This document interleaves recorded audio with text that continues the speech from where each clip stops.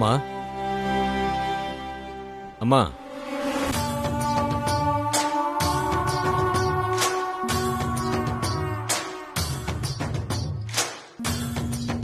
ಏನ್ ಕೃಷ್ಣಯ್ಯ?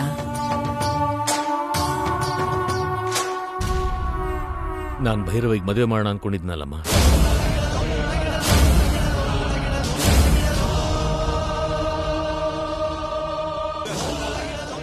ನಿನ್ನ ಅಭಿಪ್ರಾಯ ಏನಮ್ಮ?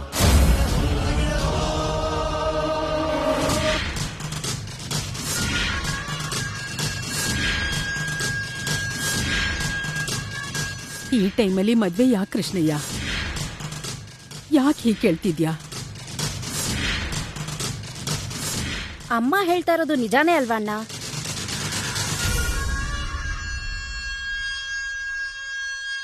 ಮಗ ಹೋಗಿದ್ದಾನೆ ಅನ್ನೋ ಯೋಚನೆನೂ ಇಲ್ದೆ ಕೃಷ್ಣಯ್ಯ ಮಗಳು ಮದುವೆ ಮಾಡ್ತಾ ಇದ್ದಾನೆ ಅಂತ ಊರವರೆಲ್ಲ ಮಾತಾಡ್ಕೋತಾರೆ.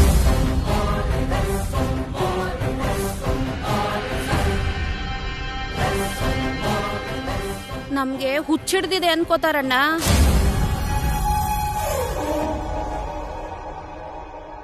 ಯಾರೇನ್ ಅನ್ಕೊಂಡ್ರು ಅದ್ ನನಗ್ ಬೇಕಾಗಿಲ್ಲ.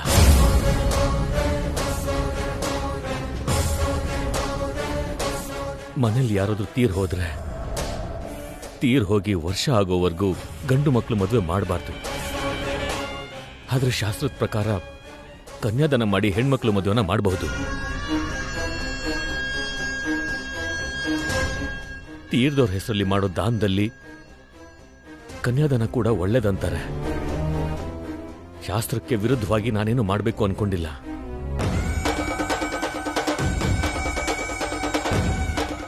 ಯಾರೋ ಏನು ಅನ್ಕೋತಾರೆ ಅಂತ ನಾನ್ ಹೆದರ್ಕೊಳ್ಳೋ ಅಗತ್ಯನೇ ಇಲ್ಲ. ನೀನ್ ಹೇಳೋದು ನಿಜಾನೇ ಇರಬಹುದು, ಆದ್ರೆ ಇದ್ದಕ್ಕಿದ್ದಂಗೆ ಭೈರವಿ ಮದ್ವೆ ವಿಚಾರದಲ್ಲಿ ಇಷ್ಟೊಂದು ಅರ್ಜೆಂಟ್ ಯಾಕಣ್ಣ?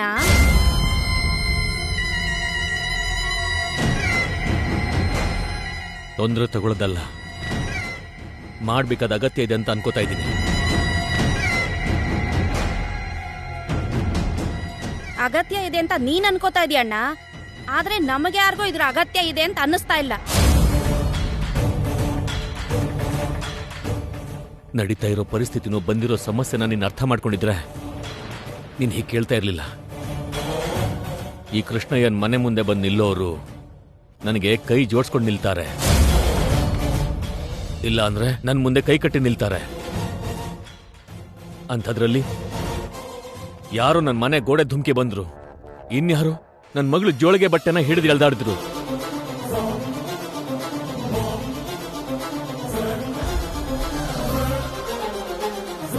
ಮೊನ್ನೆ ಮನೆಯೊಳಗೆ ಅದೇನೋ ಬಂದು ಭೈರವಿ ಪ್ರಾಣ ಹೋಗೋ ಪರಿಸ್ಥಿತಿ ಬಂದಿತ್ತು. ನಿನ್ನೆ ನನ್ನ ಮಗ ಸತ್ತು ಹೋದ.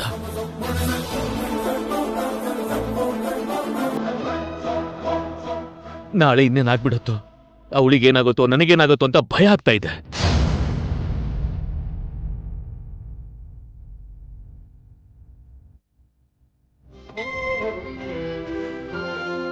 ಭೈರವಿಗೆ 25 ವರ್ಷ ಆಗೋದ್ರೊಳಗೆ ಮದುವೆ ಆಗದೆ ಹೋದ್ರೆ ಅವಳಿಗೆ ಪ್ರಾಣಗಂಡಾಂತರ ಇದೆ. ಬೇಗ ಮದುವೆ ಮಾಡಿ ಅಂತ ಶಿವಯ್ಯ ಕೂಡ ಎಚ್ಚರಿಕೆ ಕೊಟ್ರು. ಸಮಸ್ಯೆ ಬಂದ್ಮೇಲೆ ಪರದಾಡೋದಕ್ಕಿಂತ ಅದು ಬರಕ್ ಮುಂಚೆನೆ ಪರಿಹಾರ ಮಾಡ್ಕೊಳ್ಳೋದು ಒಳ್ಳೇದು.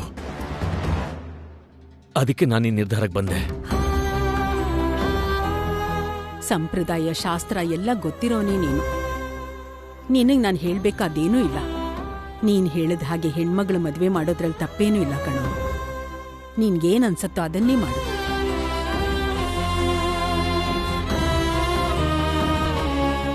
ಏನಮ್ಮ ತಪ್ಪು ಅಂತ ಹೇಳ್ದೆ, ತಪ್ಪಿಲ್ಲ ಅಂತ ಹೇಳ್ತಿದೀಯಲ್ಲ? ಗಂಡ ಹೆಂಡತಿ ಇಬ್ರು ಸೇರಿ ಮಾಡಿದ್ರೇನೆ ಕನ್ಯಾದಾನದ ಫಲ ಸಿಗೋದು.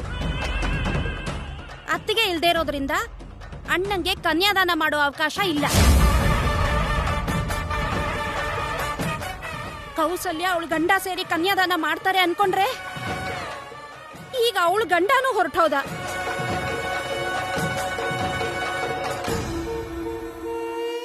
ಕನ್ಯಾದಾನ ಮಾಡೋರೇ ಇಲ್ದೆ ಮದ್ವೆ ಹೇಗ್ ಮಾಡ್ತೀರಾ?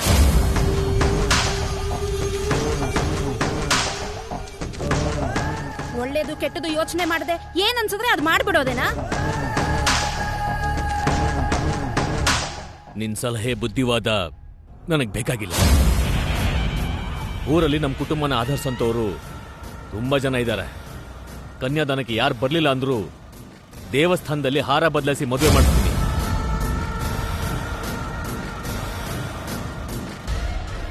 ಇಲ್ಲ ಅಂದ್ರೆ ರಿಜಿಸ್ಟರ್ ಮ್ಯಾರೇಜ್ ಮಾಡಿಸ್ತೀನಿ.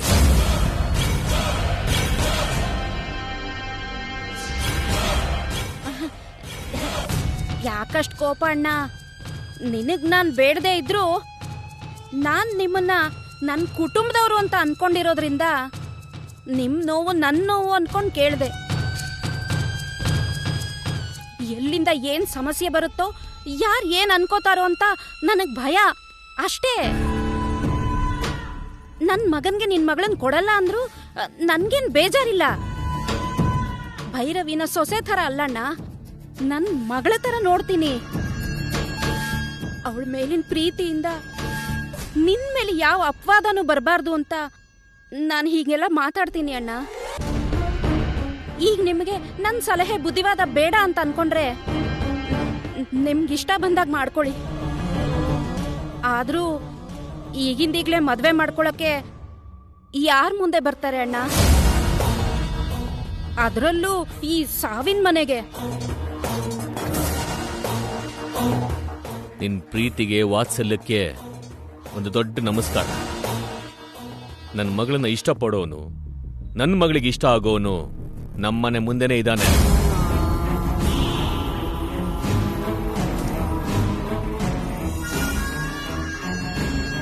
ಅಮ್ಮ, ಭೈರವಿನ ಮದುವೆ ಆಗೋಕೆ ಅರ್ಜುನ್ ಜೊತೆ ಮಾತಾಡೋಣ ಅನ್ಕೊಂಡಿದ್ದೀನಿ.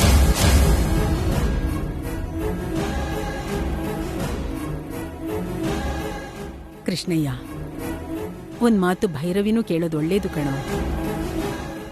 ಅವಳ ಅಭಿಪ್ರಾಯ ತಿಳ್ಕೊಳ್ಳೋದು ಮುಖ್ಯ ಅಲ್ವಾ? ಅಮ್ಮ, ಈಗಷ್ಟು ಟೈಮ್ ಇಲ್ಲ. ನನ್ನ ಮಗಳು ನನ್ನ ಮಾತಿಗೆ ಇಲ್ಲ ಅನ್ನಲ್ಲ. ಅವಳ ಅಣ್ಣ ಮುಂದೆ ನಿಂತು ಮದುವೆ ಮಾಡ್ಕೊಳ್ಳಿ ಅಂತ ಆಸೆ ಪಟ್ಟಿದ್ಲು. ಅದಕ್ಕೆ ಅವತ್ತವಳು ಮದುವೆನ ಬೇಡ ಅಂದಿದ್ದು.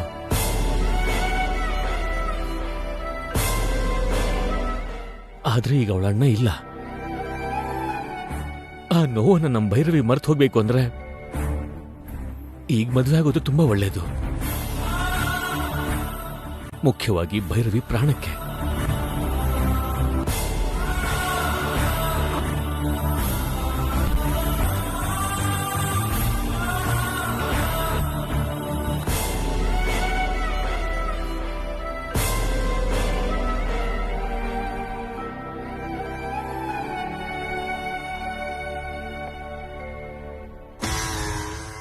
ನಾಳೆಯಿಂದ 3 ದಿನ ಮನೆಯಿಂದ ಆಚೆ ಹೋಗದೆ ಇರೋ ಹಾಗೆ ನೀನ್ ನೋಡ್ಕೋ. ಈ ತಾಯ್ತಾನ ನಿನ್ ತಂದೆ ಕೈ ಕಟ್ಟು. ಯಾವ ತೊಂದ್ರೆನೂ ಆಗದೆ ಇರೋ ಹಾಗೆ ಈ ತಾಯ್ತಾನೆ ನಿನ್ ತಂದೆನ ಕಾಪಾಡುತ್ತೆ. ನೀನು ಬೇಡ, ನಿನ್ ತಾಯ್ತಾನು ಬೇಡ.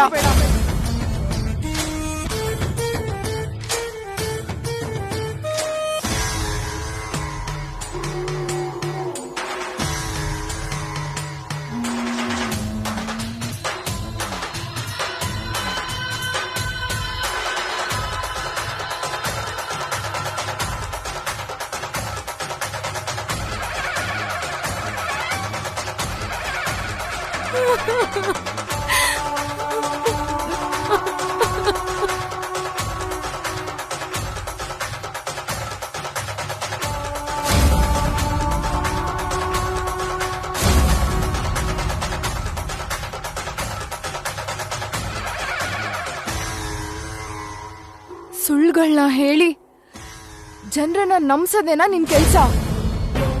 ಮತ್ತೆ ಇನ್ನೇನ್ ಸುಳ್ಳು ಹೇಳಕ್ ಬಂದಿದ್ಯಾ? ಹಾ,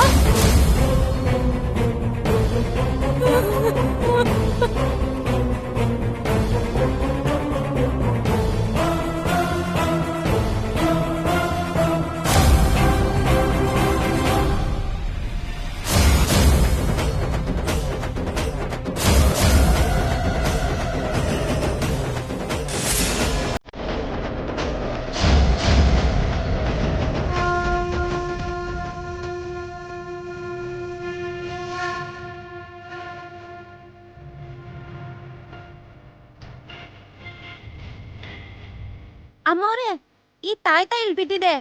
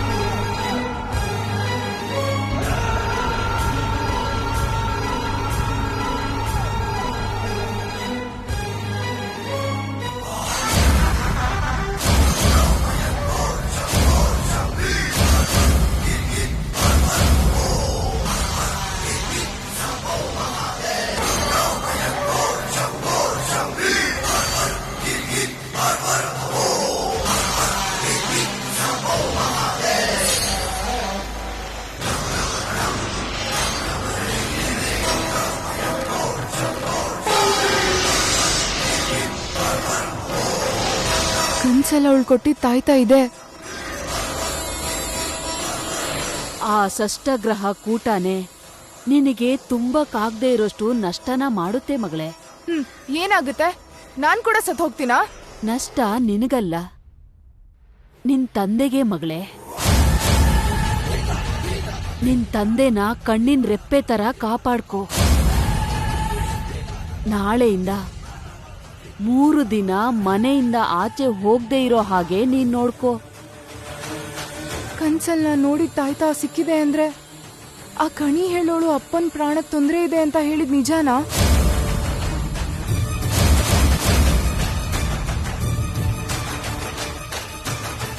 ಅಂದ್ರೆ ಈಗ ಅಪ್ಪ ಏನಾಗುತ್ತೆ? ಅಪ್ಪ ಅಪ್ಪ ಅಪ್ಪ ಅಪ್ಪ ಅಪ್ಪ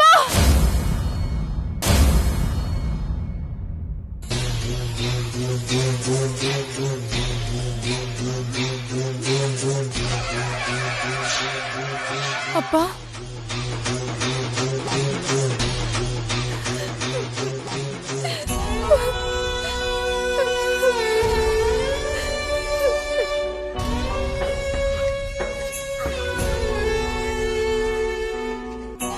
ಏನಾಯ್ತಮ್ಮ? ನಾವೆಷ್ಟು ನೊಂದ್ಕೊಂಡ್ರು ನಮ್ ಕಣ್ಣೀರು ನಿಮ್ಮ ಅಣ್ಣನ ವಾಪಸ್ ಕರ್ಕೊಂಡು ಬರಲ್ಲ ಅಮ್ಮ. ಸಮಾಧಾನ ಮಾಡ್ಕೊ.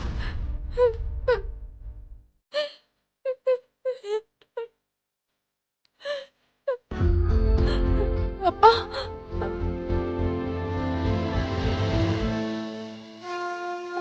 ನಿಮ್ ಕೈ ಕೊಡಿ. ಯಾಕಮ್ಮ?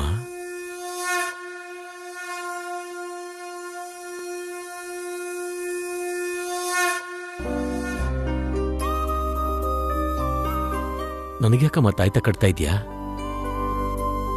3 ದಿನ ಮಟ್ಟಿಗೆ ನನ್ಗೆ ಹೇಳ್ದೆ ನೀವ್ ಎಲ್ಲೂ ಹೋಗ್ಬಾರ್ದು. ನನಗೆ ಹೇಳ್ದೆ ಮನೆಯಿಂದ ಆಚೆ ಕೂಡ ಹೋಗ್ಬಾರ್ದು. ಹೋದ್ರೆ ನಿಮ್ಮ ಅಣ್ಣನ ತರಾನೇ ನಾನು ಸತ್ತೋಗ್ತೀನಂತನ? ಅಪ್ಪ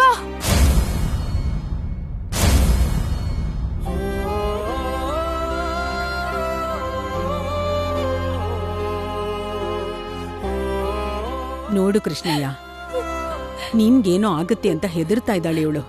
ನೀನಿನ್ನು ಹೆದರ್ಸ್ತಾ ಇದೆಯಲ್ಲೋ. ಆಯ್ತಮ್ಮ, ನೀನ್ ಹೇಳ್ದಾಗೆ ಮಾಡ್ತೀನಿ, ಸರಿನಾ? ಅಪ್ಪ ಇವಾಗ ತಾನೇ ಮಾತು ಕೊಟ್ರಿ, ಮತ್ತೆ ಎಲ್ಲಿ ಹೋಗ್ತಿದ್ದೀರಪ್ಪ? ಹೊರಗಡೆ ಹೋಗ್ತಿಲ್ಲಮ್ಮ, ಅರ್ಜುನ್ ಹತ್ರ ಹೋಗ್ತಾ ಇದ್ದೀನಿ.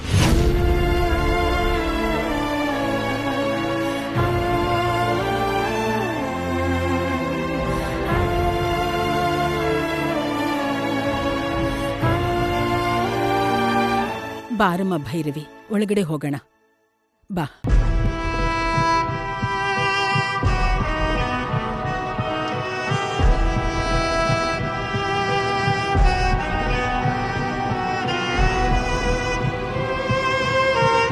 ಅರ್ಜುನ್,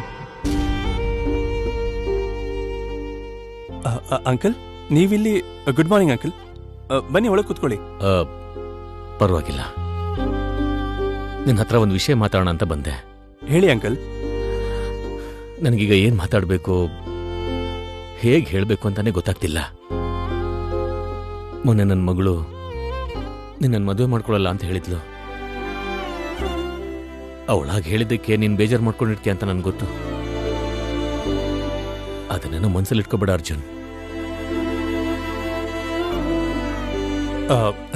ಆ ವಿಷಯ ಇವಾಗ ಯಾಕೆ ಅಂಕಲ್?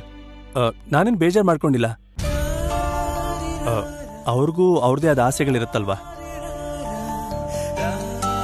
ಅವಳ ಮದುವೆಗೆ ಅವಳ ಅಣ್ಣ ಬಂದು ಕನ್ಯಾದಾನ ಮಾಡ್ತಾನೆ ಅನ್ನೋ ಆಸೆಯಲ್ಲಿ ಅವಳು ಹಂಗಂದಿದ್ದಾಳೆ. ನೀನು ಅಂದ್ರೆ ಅವಳಿಗೆ ಇಷ್ಟನೇ ಅರ್ಜುನ್. ಬರ್ತಾನೆ ಮಾಡ್ತಾನೆ ಅನ್ಕೊಂಡು ನನ್ನ ಮಗ ಹೀಗೆ ಇಲ್ವಲ್ಲ.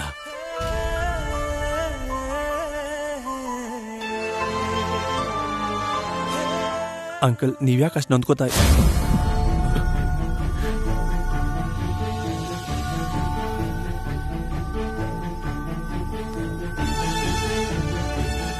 ನನ್ನ ಮಗಳನ್ನ ಮದುವೆ ಮಾಡ್ಕೋ ಅರ್ಜುನ್.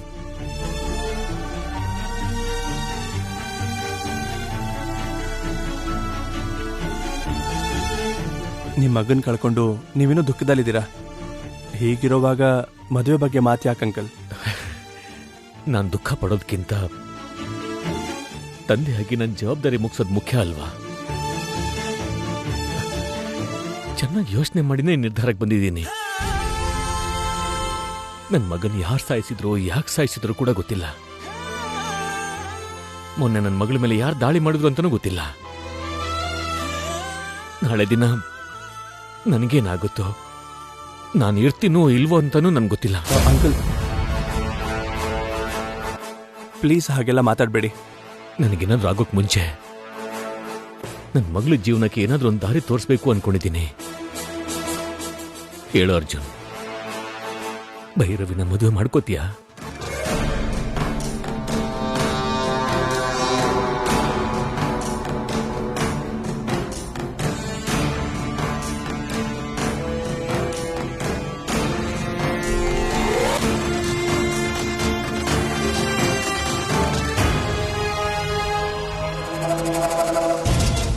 ನಿಮ್ಮ ಮಗನಿಗೆ ಆ ಥರ ಆಗಿರೋದಕ್ಕೆ ನೀವು ಅನುಮಾನಿಸ್ತಿರೋದು, ಯೋಚನೆ ಮಾಡ್ತಿರೋದು ತಪ್ಪಲ್ಲ ಅಂಕಲ್.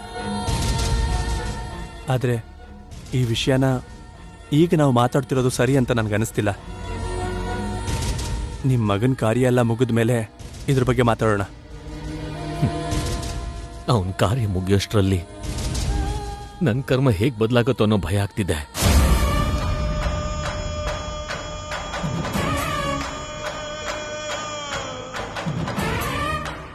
ಯಾಕೆ ಅಂಕಲ್ ಏನೇನೋ ಮಾತಾಡ್ತಿದ್ದೀರಾ? ಹಾಗೆ ಮಾತಾಡಬೇಡಿ ಪ್ಲೀಸ್. ಮಾತಾಡ್ದು ಇನ್ನೇನು ಮಾಡಲಿ ಅರ್ಜುನ್? ನನಗಿದು ಒಬ್ಬನೇ ಒಬ್ಬ ಮಗನು ನಾನು ಕಳ್ಕೊಂಡ್ಬಿಟ್ಟೆ. ಈಗ ಉಳಿದಿರೋ ಭೈರವಿನ್ ಕೂಡ ಕಳ್ಕೊಳಕ್ ನನಗೆ ಇಷ್ಟ ಇಲ್ಲ. ಅವಳಿಗೆ ಪ್ರಾಣಗಣ್ಣಂತರ ಇದೆ ಅರ್ಜುನ್. ಇರೋ ಒಬ್ಬ ಮಗಳನ್ನ ಕಾಪಾಡ್ಕೊಳ್ಳೋದು ತಂದೆಯಾಗಿರೋ ನನ್ನ ಕರ್ತವ್ಯ. ನೀನ್ ನಮ್ಮ ಭೈರವಿನ ಮದುವೆ ಮಾಡ್ಕೊಂಡ್ರೆ ನೀನಾಗ ನಮ್ಮ ಅಳಿಯನ್ ಜಾಗಕ್ಕೆ ಬರೋದಿಲ್ಲ. ನನ್ನ ಮಗನ ಸ್ಥಾನದಲ್ಲಿತ್ತು ನಮ್ಮ ಇಷ್ಟಗಳನ್ನ ಕನಸುಗಳನ್ನ ನನಸು ಮಾಡ್ತೀವಿ ಅನ್ನೋ ಆಸೆಯಲ್ಲಿ ನಾನು ಕೇಳ್ತಾ ಇದ್ದೀನಿ. ನನ್ನ ಮಗಳ ಮದುವೆ ಮಾಡ್ಕೋತೀಯಾ ಅಂಕಲ್?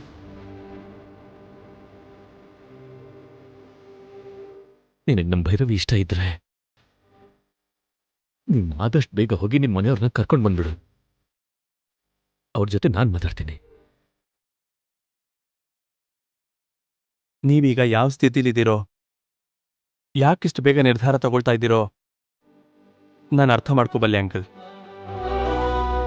ನಾನು ಹೋಗಿ ನಮ್ಮ ಅಪ್ಪ ಅಮ್ಮನ ಕರ್ಕೊಂಡು ಬರ್ತೀನಿ. ಆದರೆ ನಾನು ಒಂದ್ಸಾರಿ ಭೈರವಿಗೆ ಹೇಳಿ ಹೋದ್ರೆ ಚೆನ್ನಾಗಿರುತ್ತೆ ಅನ್ಸುತ್ತೆ. ಅದ್ರ ಬಗ್ಗೆ ನೀ ಯೋಚನೆ ಮಾಡಬೇಡ. ಭೈರವಿ ಹತ್ರ ನಾನು ಮಾತಾಡ್ತೀನಿ. ನೀನು ಹೋಗಿ ನಿಮ್ಮ ಅಪ್ಪ ಅಮ್ಮನ ಕರ್ಕೊಂಡು ಬಂದ್ಬಿಡು ಅರ್ಜುನ್. ಸರಿ ಅಂಕಲ್, ನೀವೇನು ಯೋಚನೆ ಮಾಡಬೇಡಿ. ನಾನು ನಮ್ಮ ಪೇರೆಂಟ್ಸ್ನ ಕರ್ಕೊಂಡ್ಬರ್ತೀನಿ.